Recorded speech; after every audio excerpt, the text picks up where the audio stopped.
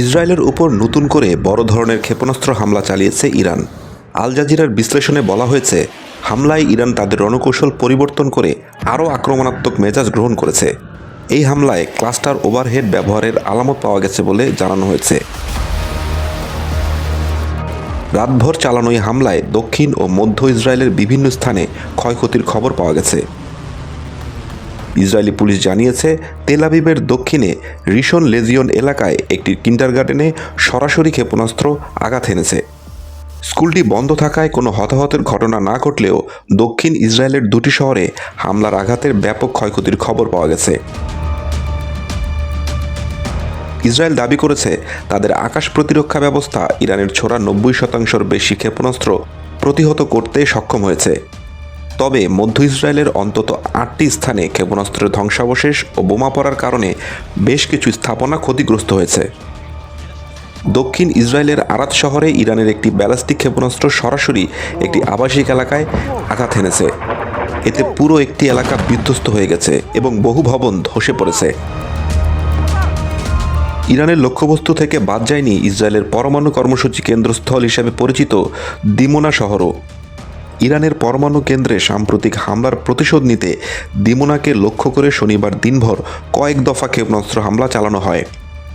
ইরানের হামলার পাশাপাশি উত্তর সীমান্তে লেবানন ভিত্তিক সশস্ত্র গোষ্ঠী হিজবুল্লাহর সঙ্গেও ইসরায়েলের সংঘাত চরম আকার ধারণ করেছে। গত রোববার উত্তর ইসরায়েলে মাত্র 6 ঘন্টার ব্যবধানে 23 বার সতর্ক সংকেত বা সাইরেন বাজানো হয়। ইসরায়েলি সেনাবাহিনী নিশ্চিত করেছে, হিজবুল্লাহর ড্রোন হামলায় অন্তত 7 জন ইসরায়েলি সেনা নিহত হয়েছেন। আল জাজিরা জানায়, লাগাতার ক্ষেপণাস্ত্র ও ড্রোন হামলার মুখে ইসরায়েলিদের মধ্যে চরম শঙ্কা ছড়িয়ে পড়েছে। অধিকাংশ নাগরিককেই বারবার নিরাপদ আশ্রয়ের খোঁজে ছুটতে হচ্ছে। পরিস্থিতি অবনতি হওয়ায় শিক্ষা প্রতিষ্ঠান বন্ধ রাখা হয়েছে এবং জনসাধারণের জমায়েতের উপর কঠোর বিধিনিষেধ বহাল আছে। এছাড়া বেন গুরিয়ন আন্তর্জাতিক বিমানবন্দরে বিমান চলাচল এবং যাত্রীর সংখ্যার উপর নতুন করে সীমা আরোপ করা হয়েছে। ইসরায়েলি সামরিক কর্মকর্তারা দেশবাসীকে একটি দীর্ঘমেয়াদী ও কঠিন যুদ্ধের জন্য প্রস্তুত থাকতে বলছেন। ইসরায়েলের উপর নতুন করে বড় ধরনের ক্ষেপণাস্ত্র হামলা চালিয়েছে ইরান। আল জাজিরার বিশ্লেষণে বলা হয়েছে, হামলায় ইরান তাদের রণকৌশল পরিবর্তন করে আরও আক্রমণাত্মক মেজাজ গ্রহণ করেছে। এই হামলায় ক্লাস্টার ওভারহেড ব্যবহারের আলামত পাওয়া গেছে বলে জানানো হয়েছে। রাতভর চালানো এই হামলায় দক্ষিণ ও মধ্য ইসরায়েলের বিভিন্ন স্থানে ক্ষয়ক্ষতির খবর পাওয়া গেছে। ইসরায়েলি পুলিশ জানিয়েছে, তেল আবিবের দক্ষিণে রিশন লেজিয়ন এলাকায় একটি কিন্ডারগার্টেনে সরাসরি ক্ষেপণাস্ত্র আঘাত হেনেছে। স্কুলটি বন্ধ থাকায় কোনো হতাহতের ঘটনা না ঘটলেও দক্ষিণ ইসরায়েলের দুটি শহরে হামলার আঘাতের ব্যাপক ক্ষয়ক্ষতির খবর পাওয়া গেছে। ইসরায়েল দাবি করেছে, তাদের আকাশ প্রতিরক্ষা ব্যবস্থা ইরানের ছোড়া 90% বেশি ক্ষেপণাস্ত্র প্রতিহত করতে সক্ষম হয়েছে। তবে মধ্য ইসরায়েলের অন্তত 8টি স্থানে ক্ষেপণাস্ত্রের ধ্বংসাবশেষ ও বোমা পড়ার কারণে বেশ কিছু স্থাপনা ক্ষতিগ্রস্ত হয়েছে। দক্ষিণ ইসরায়েলের আরাত শহরে ইরানের একটি ব্যালিস্টিক ক্ষেপণাস্ত্র সরাসরি একটি আবাসিক এলাকায় আঘাত হেনেছে। এতে পুরো একটি এলাকা বিধ্বস্ত হয়ে গেছে এবং বহু ভবন ধসে পড়েছে।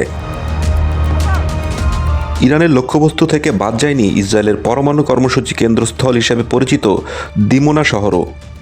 ইরানের পরমাণু কেন্দ্রে সাম্প্রতিক হামলার প্রতিশোধ নিতে দিমোনাকে লক্ষ্য করে শনিবার দিনভর কয়েক দফা ক্ষেপণাস্ত্র হামলা চালানো হয়। ইরানের হামলার পাশাপাশি উত্তর সীমান্তে লেবানন ভিত্তিক সশস্ত্র গোষ্ঠী হিজবুল্লাহর সঙ্গেও ইসরায়েলের সংঘাত চরম আকার ধারণ করেছে। গত রোববার উত্তর ইসরায়েলে মাত্র 6 ঘন্টার ব্যবধানে 23 বার সতর্ক সংকেত বা সাইরেন বাজানো হয়। ইসরায়েলি সেনাবাহিনী নিশ্চিত করেছে, হিজবুল্লাহর ড্রোন হামলায় অন্তত 7 জন ইসরায়েলি সেনা নিহত হয়েছেন।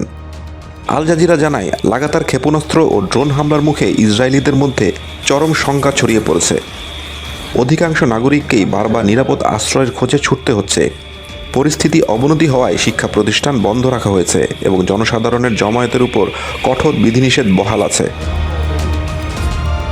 এছাড়া বেন গুরিয়ন আন্তর্জাতিক বিমানবন্দরে বিমান চলাচল এবং যাত্রীর সংখ্যার উপর নতুন করে সীমা আরোপ করা হয়েছে। ইসরায়েলি সামরিক কর্মকর্তারা দেশবাসীকে একটি দীর্ঘমেয়াদী ও কঠিন যুদ্ধের জন্য প্রস্তুত থাকতে বলছেন।